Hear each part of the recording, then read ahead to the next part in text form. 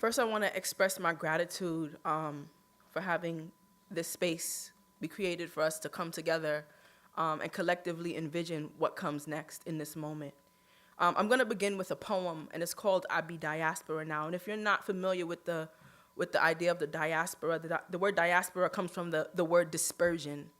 And so in this poem, I speak from the position of the African dispersion that has led us to this and many moments.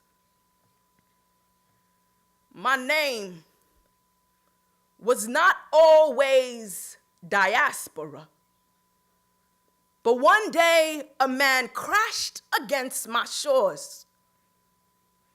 Have you ever been cut so deep that your children had sores? Well, this man whipped out his sword, carved a name in my chest, sliced through my mountains, pierced through my valleys, then told me that I looked broken and he could fix me. Have you ever felt distanced and on the delta of detachment from your people, while striving towards the sandy standard of a slippery goal that looks oddly similar to the oppressors of your past? Has your body ever embodied the societal disfigurement that at the same time castigates your black skin and complements your white mask? We must look like clowns as we juggle the task of freeing the wretched of this earth while fleeing the whiplash from the jerk of any attempt to stop our journey. It feels like progress trying to deter me. It feels like Crown Fried Chicken in Midtown and Whole Foods for people in the hood. It's an odd mixing.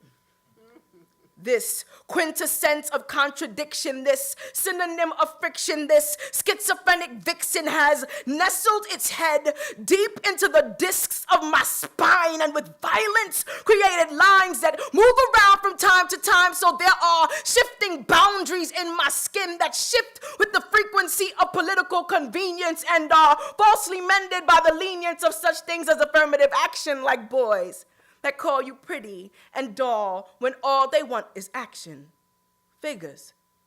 That the most perverse lines would come from those that are too selfish to see past their own interests. I am the repository of a transnational conflict. Have you ever endured the duplicity of feeling like both victim and convict? Have you ever endured the shame of in a classroom mixing your words with your thoughts like professor?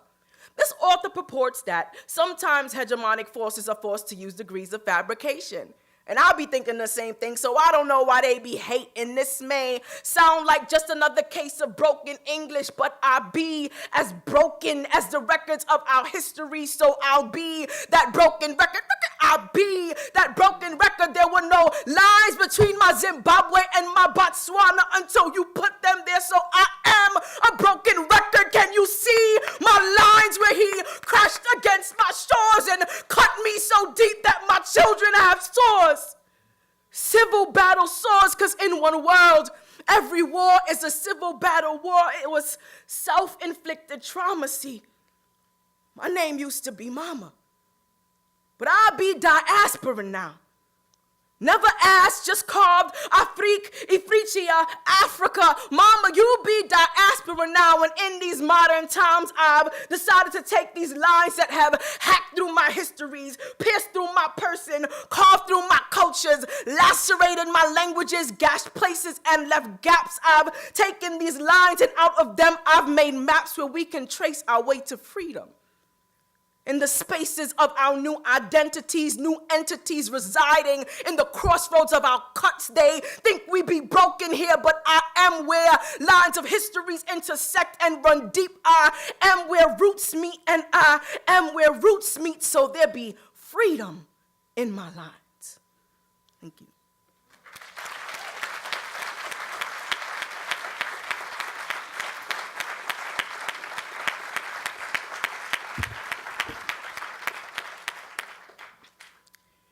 Don't get it twisted.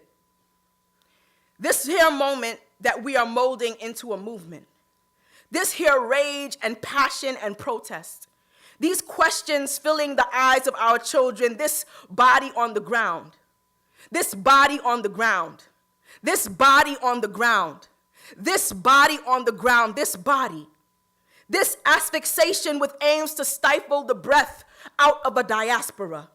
This propaganda plastered across your plasma screens. This real, visceral, tangible, toxic pain that haunts America like a phantom limb. This sad, sad 21st century moment where we actually have to articulate the fact that Black Lives Matter is a necessary component in the formula of victory. Like the key ingredient for any recipe, greatness is impossible without the potency of struggle. And so we take this moment to acknowledge the hurt of Black pain in the face of white supremacist and patriarchal ideologies that undergird the very fabric of this nation. Today we ask the question, what comes next? In acknowledgement of the fact that what came before is unacceptable. So on the cusp of this new moment, as we posture ourselves for understanding, for deep reflection, and for action, I want to share this story. It's a story of a man in a home, and eventually in his home, cracks began to reveal itself in his ceiling. And so he called on a painter to come and paint over the cracks, and that only lasted for about a month. And so he called another painter, and he paid more money and got a better job done, and the cracks revealed themselves again after 3 months. And so eventually he called on a contractor who looked to investigate the entirety of his home. And he came and he said, "Sir, the problem is not your ceiling.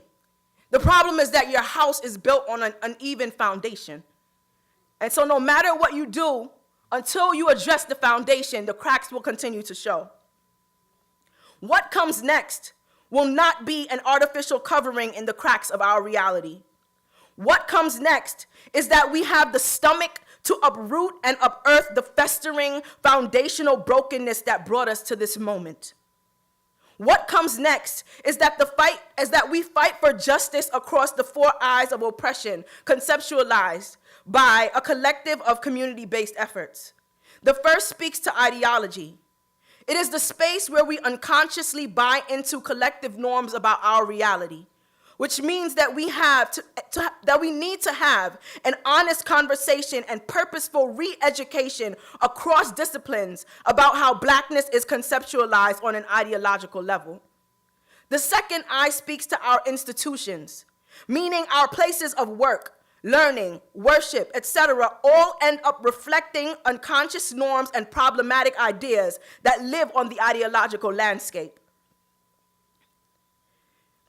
The third I speaks to our interpersonal relationships.